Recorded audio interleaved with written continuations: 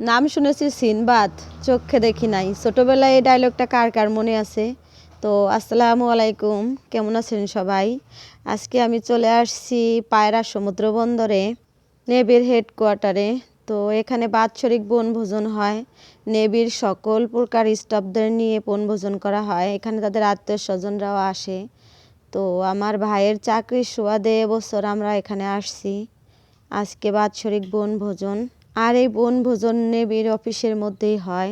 ছোটবেলা থেকে বইতে পড়ে আসছি বাংলাদেশে দুইটা সমুদ্র বন্দর আছে, একটা মংলা সমুদ্র বন্দর আর একটা চট্টগ্রাম সমুদ্র বন্দর। তো আমি একটু আগে সিনবাদের কথাটা এই জন্যই বললাম যে বইতে যা পড়ে আসছি তা এখন নিজ চোখে দেখবো। এই প্রথমবারের মতো সমুদ্র দেখবো, সমুদ্র বন্দর দেখবো।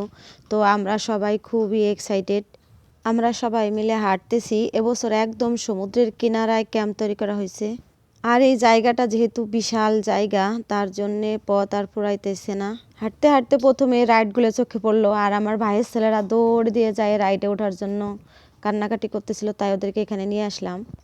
রাইডে ওঠার পরে আমরা চলে আসলাম সকালের খাবার খাওয়ার জন্যে। আমাদের আসা অনেক দেরি হয়ে গেছে, সবারই ব্রেকফাস্ট করা হয়ে গেছে, তো আমরাই লাস্ট।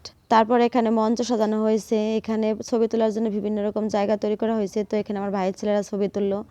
এরপর আমরা চলে আসলাম সমুদ্র বন্দরে, একদম সমুদ্রের কাছাকাছি। তো এখানে বড় বড় জাহাজ দেখা যাচ্ছে, বিশাল বিশাল জাহাজে অনেক নাবিকরা রয়েছে। এরপর আমরা ভিতরে আসলাম। এখানে বিভিন্ন ক্যাটাগরির জন্য বিভিন্ন রকম প্যান্ডেল তৈরি করা হয়েছে।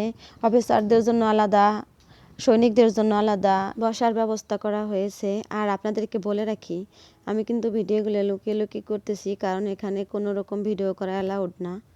এখানে কিন্তু ছবি তোলার জন্য বেশ কয়েকটা মঞ্চ তৈরি করা হয়েছিল। তো এই মঞ্চটা খুবই সুন্দর লাগতেছিল। আমার ভাইয়ের ছেলেরা এখানে এসে কিছু ছবি তুললো। তো তারপর আমরা চলে গেলাম মঞ্চের দিকে, কারণ মঞ্চে একটা মেয়ে সুন্দর একটা গান গাইতেছিল, সেটা শোনার জন্য। গানটা খুবই ভালো লাগতেছিল, আর মেয়েটা গান গাইতেছিল, আর অনেক অনেক বাচ্চারা সেই গানের সাথে তালে তালে নাচতেছিল। আর বলে রাখি, এখানে কিন্তু বিভিন্ন রকম প্রতিযোগিতার আয়োজন করা হয়েছিল।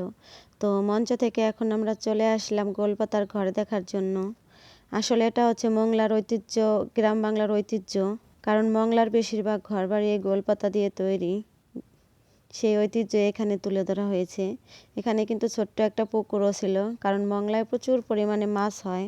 তো এখানে একটা বাঘের সামনে আমার ভাইয়ের ছেলেরা ছবি তুলতেছিল, হ্যালো বলতেছিল। তো এখানে আমি একটা ফল দেখলাম, তো ফলটার নাম আমি জানি না, এগুলো নাকি খাওয়াও যায়। আমার ভাইয়ের বউ বলল এগুলো খাওয়া যায়, পাকলে পাড়া, কিন্তু টক টক।